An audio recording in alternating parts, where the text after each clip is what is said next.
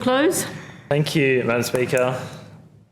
And I do appreciate the opportunity to rise in closing because I want to thank, first and foremost, all members for their contributions, definitely some more than others. I want to start first, Madam Speaker, by addressing Mr. Pardon's speech. Mr. Pardon, I would describe as a nice guy. He's one of the friendly guys around this building, which is why I'm quite genuinely surprised, Madam Speaker, by the very ferocious and personal attacks that Mr. Pardon has led with. Generally speaking, Madam Speaker, personal attacks and process arguments are the place that you find yourself when you actually can't argue on the substance of the issue. When you do have an argument of substance, that's what you lead with. If you actually think you've got a point, that's the point you try and make. But when you stand up and all you can say is mean things about someone else, I think that says more about you than it does the other. Very specifically to the point Mr. Pardon made about our interaction in the hallway, where Mr. Pardon exclaimed that he'd asked the comedian in question about this motion. I would urge Mr. Pardon to reflect that there's a reason I believed he might have spoken to this TikTok comedian. For others, I might not have so easily assumed that that would have occurred. I think there's something that needs to be addressed in this debate, and it's come up with some of the questions that I've received today. I think references are a great thing for landlords and for tenants. Now, when a landlord asks for references, I think that's a good thing. It allows them to get more information to make an informed choice. I completely understand and am empathetic towards landlords wanting to make the best choice for their property. I've got no objection to landlords. I've got friends that are landlords.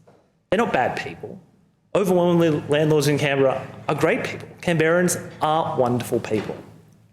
Now, when those landlords ask for information, they do it for a reason. It's so they can make an informed decision. They want to make sure that the person that's moving in has a good record of how they treat their rental properties, that they can pay the rent that is expected of them.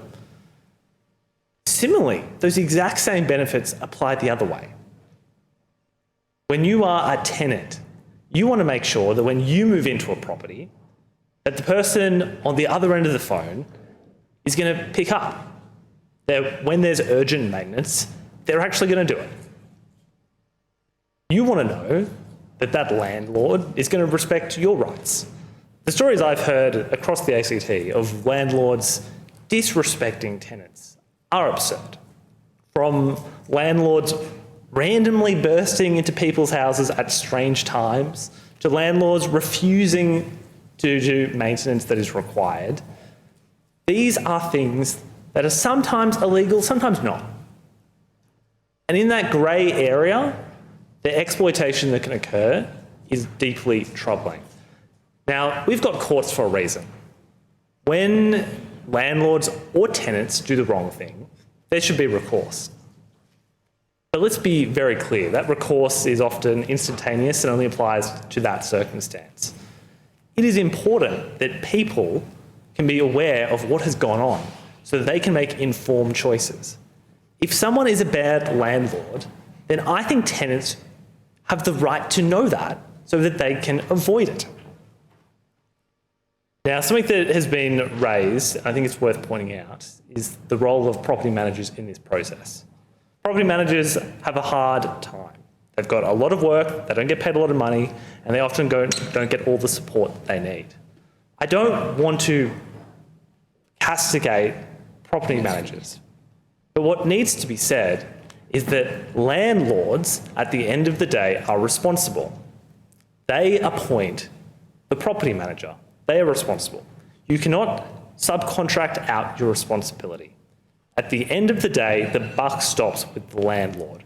And those in the Canberra Liberals that seek to run a protection racket for property interests, it is very clear to everyone that has observed what has occurred today.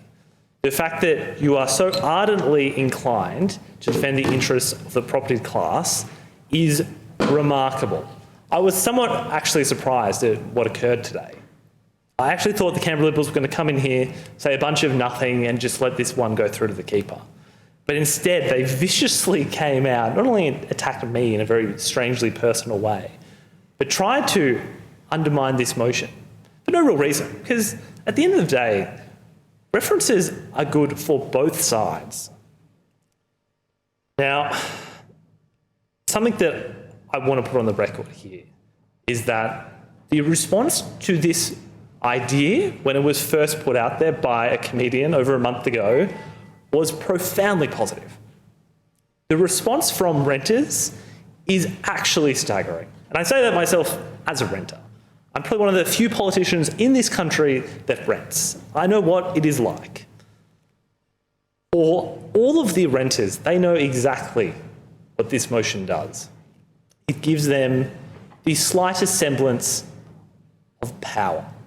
It gives them the ability to tell their story, to say, this landlord treated me badly and you should be aware of this.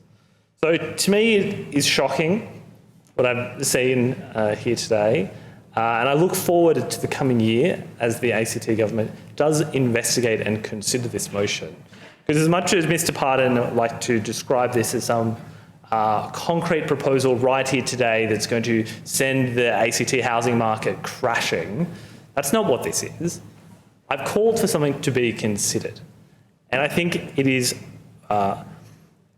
shameful of members in this place to try and come in here and shame people out of bringing ideas forward. I think that says more about your values than it does anyone else's. Madam Speaker, in conclusion, I would urge all members of this place to support this motion. I think it's a good one, and I look forward to seeing this progress. Question is that the motion be agreed. Those of that opinion say aye. To the contrary, no. The ayes have it. Stephen Smith.